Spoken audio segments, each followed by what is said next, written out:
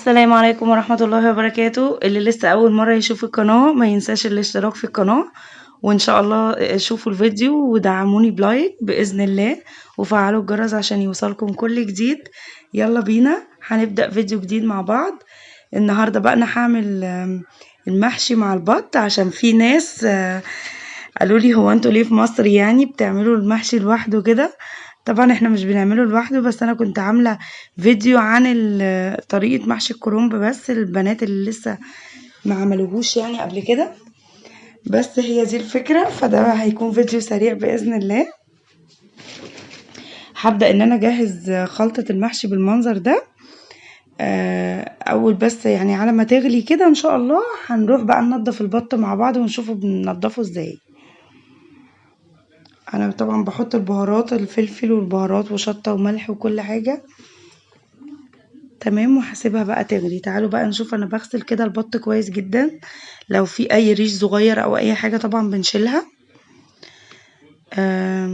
لحد ما تبقى بالمنظر ده كده.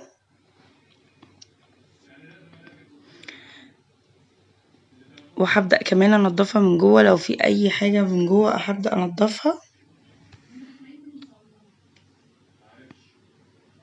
اهو زي ما انتم شايفين كده. بصوا خلاص كده، وبيبقى فيه اللي هي الفشة بتاعت البطة بنشيلها ونرميها طبعا، عشان دي بتعمل دم كتير قوي طول ما هي بنغسل في البطاية يعني، او الفراخ او اي طيور عامة. بصوا المية بقت نظيفة جدا خلاص كده. انا طبعا بفضل اغسلها كذا مرة قبل خطوة النقع دي. هجهز بقى مية وفيها حوالي نص كوباية من الدقيق، يعني شوية دقيق كده، يعني شوية كده وشوية ملح، وبرضو حوالي ربع كوباية من الخل. اي طيور عامة او سمك او اي حاجة انا بنقعها شوية بس الاسماك مش بنقعها، لكن لو طيور هنقعها شوية في المية اللي انا عاملاها دي. مش بتخلي اي زفارة خالص، وبتخلي كده اللحوم يبقى لونها حلو جدا.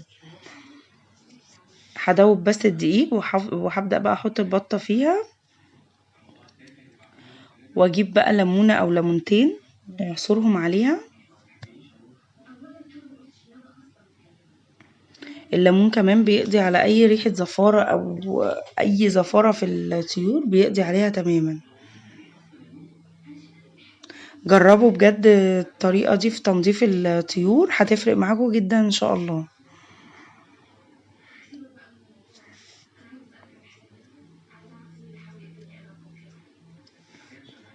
اهو بالمنظر ده كده.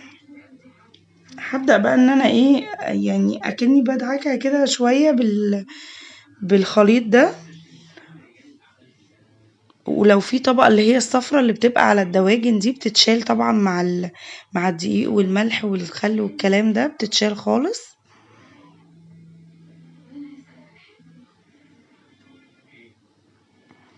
اهو انا كده تمام نقعتها شوية.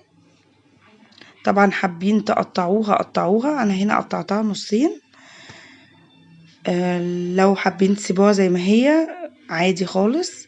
انا كده كنت نقعتها حوالي مثلا 10 دقايق، يعني مش كتير قوي برضو عشان الخل ما يأثرش في طعم اللحمة نفسه.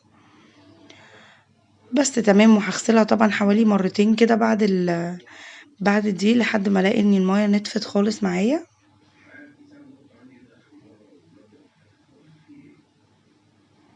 اهو ابدا ان انا اشيل اي بواقي دي او حاجه فيها. هشطفها كمان مره.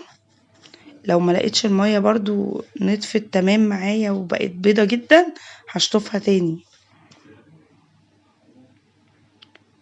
بس هي بصراحة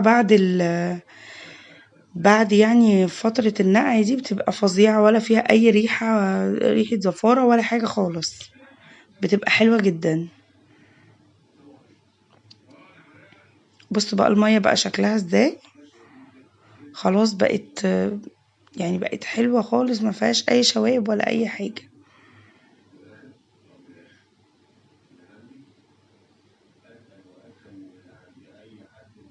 خلاص هبدأ بقى اشوف كده. الخلطة بتاعت المحشي بقت جاهزة معايا خلاص. هروح بقى اعمل تتبيلة البط. طبعا عملناها برضو في فيديو قبل كده، البصلة مع القوطة. حابين تبشروهم تفرموهم تقطعوهم اي حاجة يعني. القوطة بتخلي لون للشوربة حلو جدا، وكمان لو في اي ريحة مش لذيذة يعني بتظبط الشوربة قوي. وهعصر ليمونة مع الخلطة اللي هتبل بيها البطة.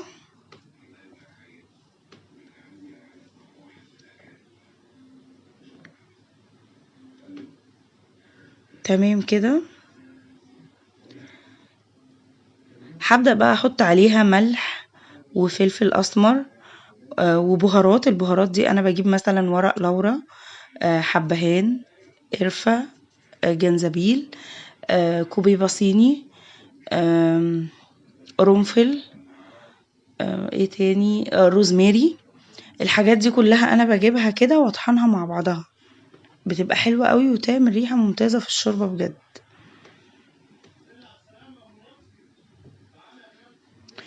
وبحط كمان قرص مرق الدجاج. طبعا ده اختياري، بس انا بصراحة بحبه يعني في الشوربة قوي. يعني انا مش بحس كده ان الحاجة بتتبل الا لما احط مكعب مرق الدجاج. خلاص هبدأ بقى اخلط اللي هو البصل مع البهارات مع الكلام ده كله. هخلطه كويس وهبدأ بقى ان انا اتبل بيه البطاية. تمام كده بقت جاهزة معايا. ممكن اسيبها بقى حوالي نص ساعة او ساعة كده في التتبيلة وبعدين اسلقها عادي.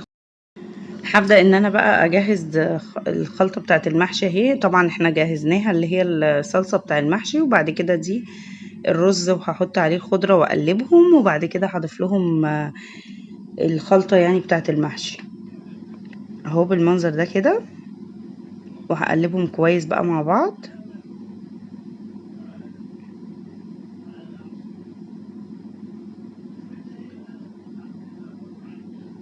اهو تمام. هضيف بس معلقتين زيت، انا بحب اضيف معلقتين زيت بيخلي الرز مفلفل جوه المحشي.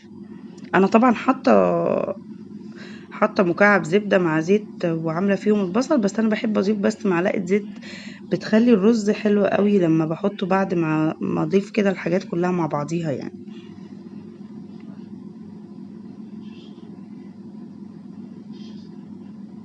بس هدمجهم بس كويس قوي، وهشوف لو محتاجه خلطه محشي تاني عشان تبقى لونها احمر كده وحلو.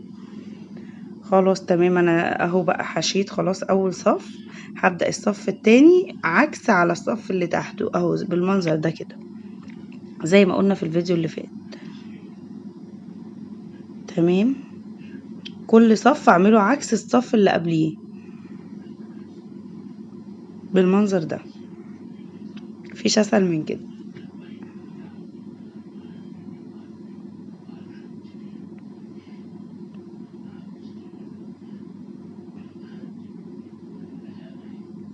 ان شاء الله هيبقى سهل ومفيهوش اي صعوبة خالص. اهم حاجة بس يعني احاول ان انا ما اسيبش فراغات ما بين الصوابع وبعضها، مش ازنق قوي بس ما يبقاش يعني في فراغات جامدة عشان ما اديش فرصة للصباع يفك ويبقى المحشي مش حلو بعد ما يستوي. وكمان ما خليش رز خالص عليه من بره ولا الكلام ده زي ما انتم شايفين كده. ده هيخلي المحشي كمان بعد السوا رائع جدا. وهبدأ بقى احطه على البوتاجاز واسقيه بالشوربة زي ما قلنا المرة اللي فاتت. تمام كده استوى وتمام جدا. يا رب يكون الفيديو كان خفيف بإذن الله معاكم، ويا رب يكون عجبكم. لو عجبكم الفيديو وعجبتكم طريقة تنظيف البط النهاردة، ما تنسوش اللايك، واللي لسه مشتركش في القناة يدوس اشتراك ويفعل الجرس ويختار الكل عشان يوصلوا كل جديد. وبإذن الله تدعموني دايما يا رب، وشجعوني كده عشان اكمل بإذن الله معاكم. واشوفكم على خير الفيديو اللي جاي بإذن الله. مع السلامة.